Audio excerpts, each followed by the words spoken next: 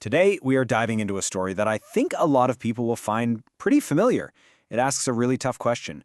When a kid fails in school, who's actually responsible? This is a story all about blame, accountability, and what we even expect from education in the first place.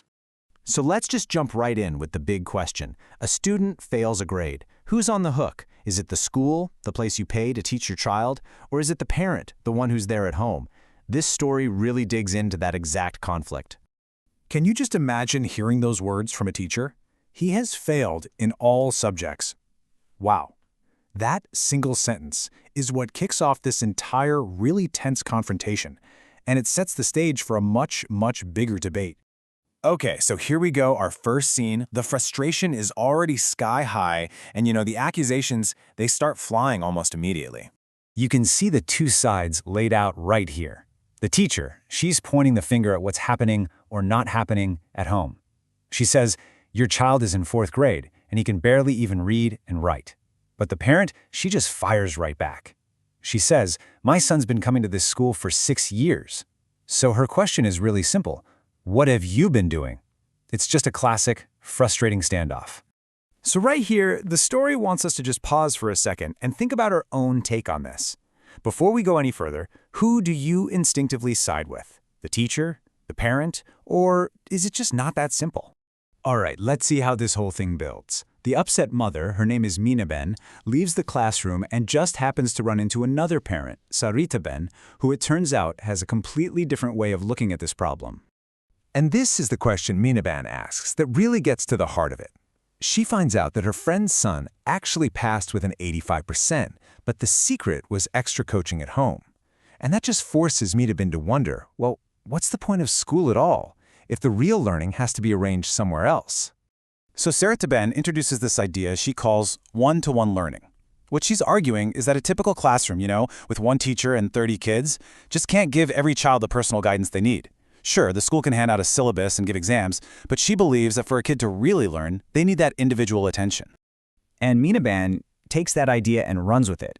If school is really just for, administrative stuff like syllabi and exams, then why do they have to go every single day, and why are families spending so much time and money on it?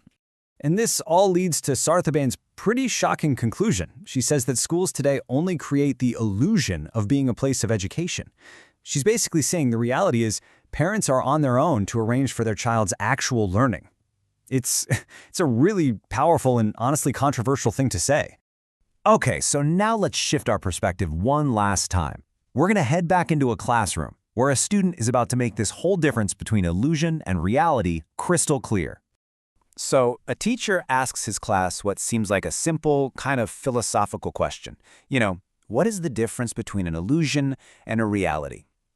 He's probably expecting some textbook answer, right? But what he gets is something way more direct.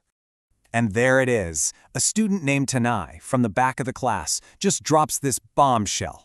He says, "Sir, the fact that you teach us every day, that's reality. But the idea that we're all learning from it? Well, that's your illusion." Wow. He's saying the teaching is real, but the learning? That's not a guarantee. So this really powerful moment then gets turned back on us, the audience.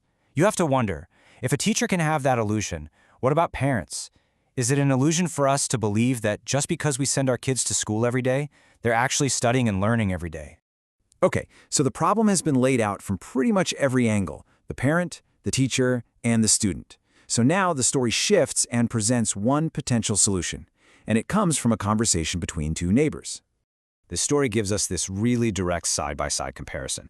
On one side, you have a mother named Nilaban. She's struggling to teach her daughter at home, and it's just not working. The kid isn't paying attention, the results are poor. But then her neighbor, Vibaban, sends her daughter to a coaching center, and she says the results are great. And not just with grades, she says her daughter has also learned good manners, which suggests it's a more well-rounded approach. So Vibaban lists 3 big benefits she sees with this coaching model. 1, it gets good grades.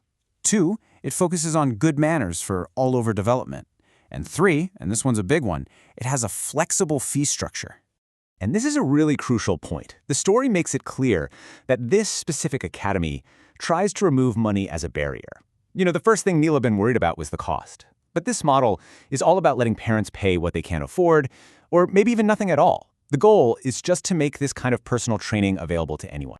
So after hearing all of these different perspectives, the story kind of wraps up by putting the big questions right back in your lap. And this first one, it echoes that really powerful thing the student Tanae said. When a teacher is up there teaching, why doesn't every single student learn? What's getting lost in translation between the teaching and the actual learning? And that brings us full circle, right back to where we started. After hearing from the school, the parent, the student, and seeing this alternative solution, has your answer changed at all? At the end of the day, who is really responsible? There are definitely no easy answers here. And honestly, your perspective is a huge part of this whole conversation. So we would love to hear what you think. Let us know in the comments. And that's all for this explainer. If you found this breakdown of a really complex debate useful, please hit that like button and subscribe so you don't miss what we tackle next. Thanks so much for watching.